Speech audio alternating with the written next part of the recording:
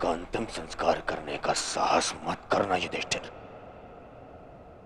अन्यथा यहां 5 और चिताएं जल जाएंगी।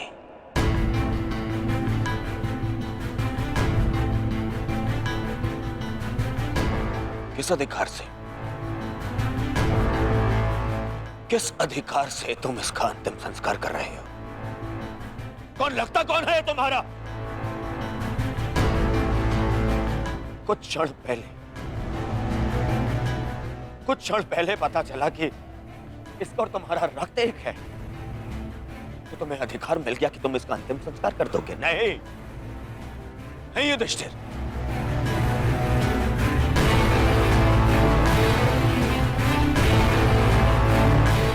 इसका अंतिम संस्कार करने का अधिकार उसको है जिसके लिए इसने अंतिम सांसें ली, और वो मैं हूं।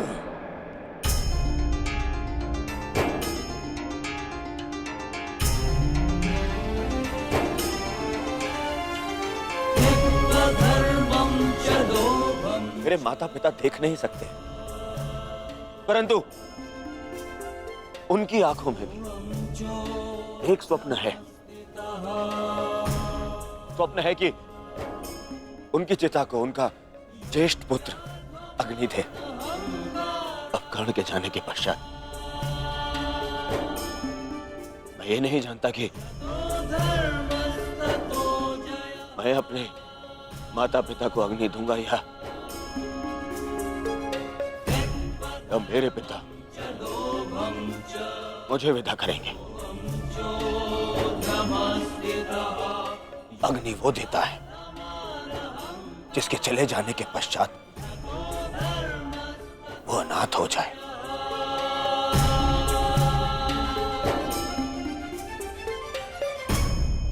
और कर्ण के चले जाने के पश्चात मैं अनाथ हो गया हूं, इसीलिए उसे अग्नि देने का अधिकार केवल मेरा है, और मुझसे ये अधिकार कोई नहीं छीन सकता।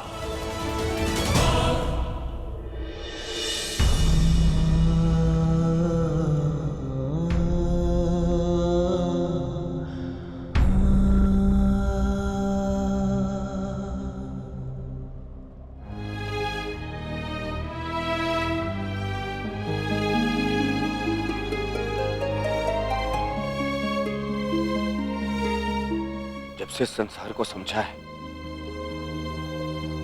तब से तुमने मेरा साथ दिया है मित्र, मैं भी तुम्हारा साथ दूंगा। हम बहुत शीघ्र मिलेंगे, सुन रहे हो कर्ण? इतनी आसानी से मुझसे पीछा छुड़ाने नहीं दूंगा तुम्हें। इतनी सरलता से नहीं।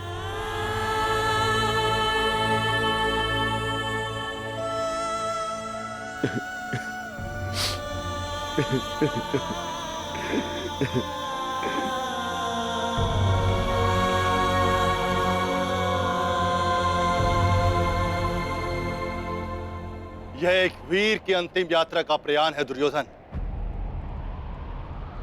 इसे शांति के साथ विदा करें। ज्येष्ठ की आत्मा को कष्ट होगा यदि सब एक साथ अग्नि न दें।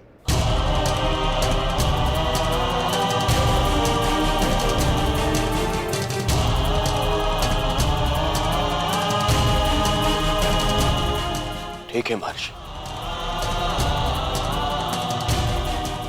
अपने मित्र की शांति के लिए मुझे यह भी स्वीकार है।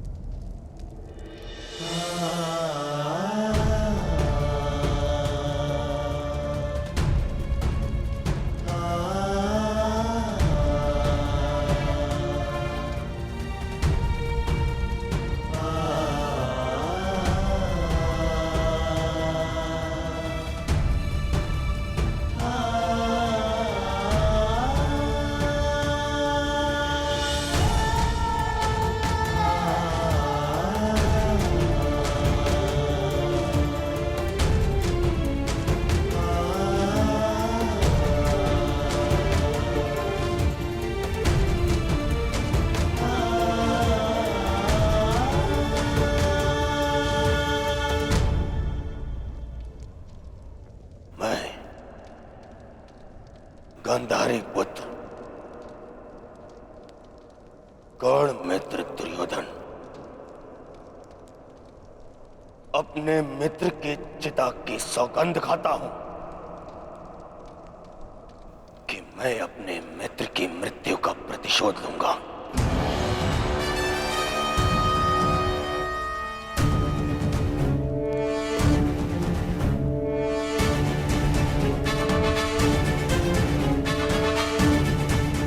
अब ये युद्ध ना इंद्रप्रस्थ के लिए है और ना ही हस्तिनापुर के लिए। अब ये युद्ध है तो केवल मेरे मित्र के प्रतिशोध के लिए।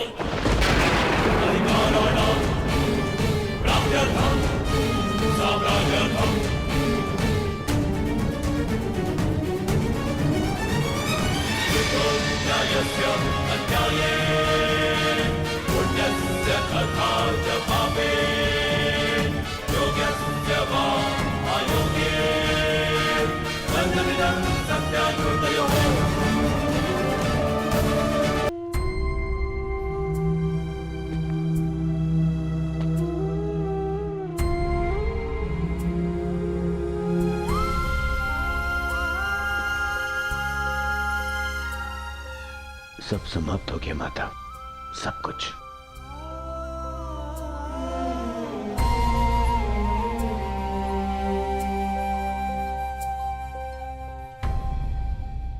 कुछ नहीं बचा, कुछ भी नहीं बचा। कर्ण के साथ मेरी विजय, मेरा सुख, मेरा स्वप्न, सबका अंत हो गया। मां मुझे क्षमा कर दीजिए, मैं आपके पुत्रों की रक्षा नहीं कर पाए, परंतु मां मेरे 100 भाई मारे गए। 99 वो जो आपके गर्भ से जन्मे, और एक वो जिसने मेरे लिए समय के गर्भ से जन्म लिया। मेरा मित्र कर्ण, मैं नहीं रहा माता। माता आपको 100 पुत्रों की माता होने का वरदान मिला था ना माता, तो मुझे सदा 100 भाइयों के भाई होने का वरदान क्यों नहीं मिला माता? समय ने जो छीन लिया उसे लौटाया नहीं जा सकता पुत्र, परंतु जो अब मेरे पास शेष है उसे रहने दो। छोड़ दो ये युद्ध पुत्र।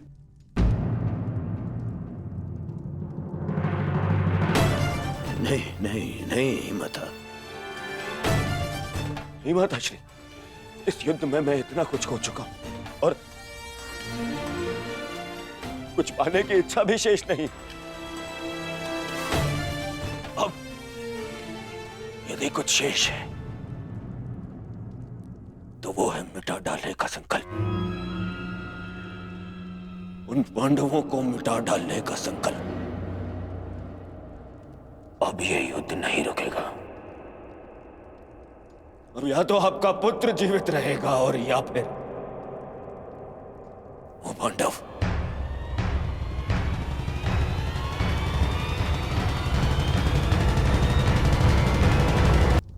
तो वो है मिटा डालने का संकल्प,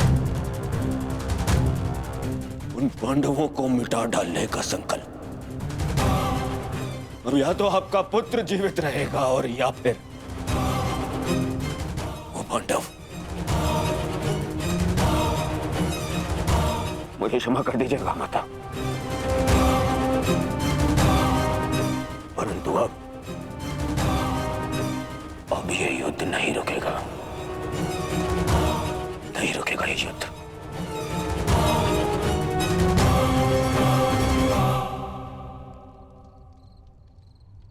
क्या हुआ माधव? शांति के साथ अधीरता का ऐसा मिश्रण मैंने आप में कभी अनुभव नहीं किया।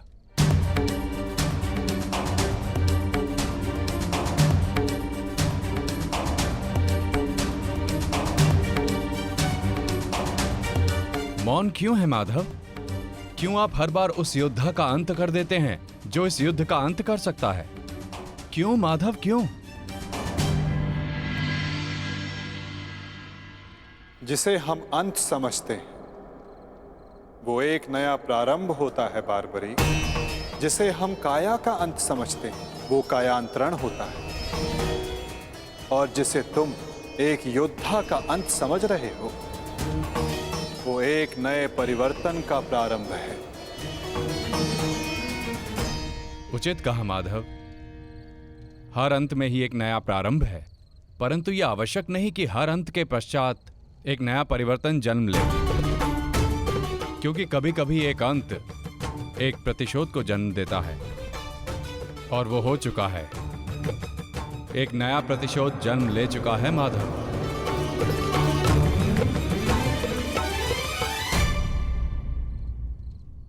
नहीं जानती थी, नहीं जानती थी मैं कि 100 पुत्रों की माता होने के गर्व के पश्चात 100 संतानों के वध का दुख भी सहना होगा। यही प्रश्न मेरे मन में बार बार उत्पन्न होता है गांधारी। जब महादेव ने तुम्हें स्वयं शतपुत्रवती बनने का वरदान दिया है तो क्यों वही एक एक करके हमारे पुत्रों को निगल रहे हैं?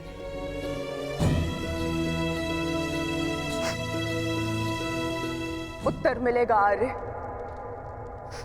इस प्रश्न का उत्तर भी अवश्य मिलेगा।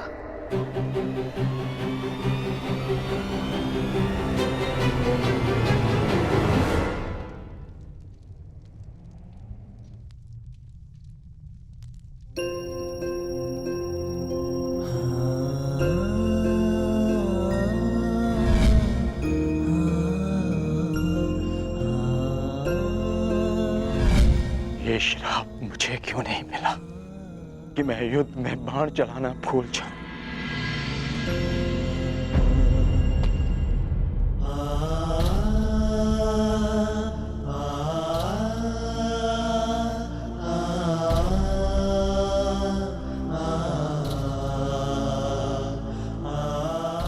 ये कैसा युद्ध है माधव, कैसा युद्ध? न्याय के लिए हमने अपने ही ज्येष्ठ का रक्त बहा दिया, और क्या बलिदान मांग रहा है ये महायुद्ध हमसे? कब होगा, कब होगा इस महाविनाश का अंत माधव, कब होगा? माधव, कुछ समझ नहीं आ रहा। धर्म और वचन का पालन करते करते ये हमसे क्या अधर्म हो गया? मैं तुम सबके मन की इस व्याकुलता को समझ सकता हूं।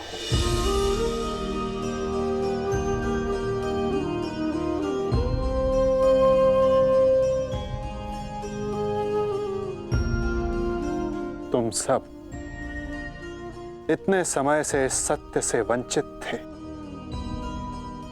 किंतु इसका कारण स्वयं तुम्हारे ज्येष्ठ थे। और जब सत्य समक्ष आया तो बहुत विलंब हो चुका था।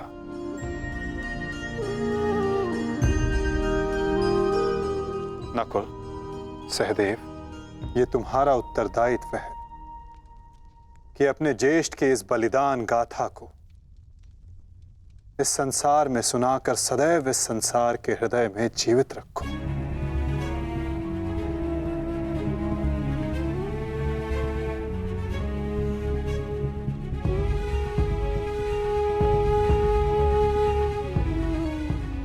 पार्थ, तुम्हारे ज्येष्ठ अंगराज कर्ण सदैव इस युद्ध के प्रारंभ से पूर्व अपना अंत जानते थे। वो इस युद्ध का परिणाम भी जानते थे पार्थ।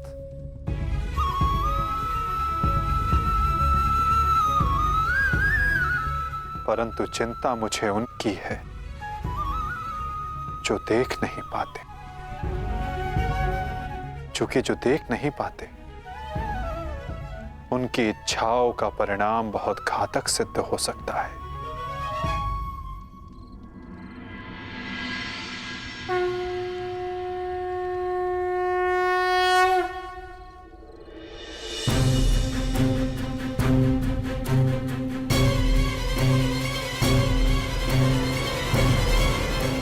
बचाओ बहना।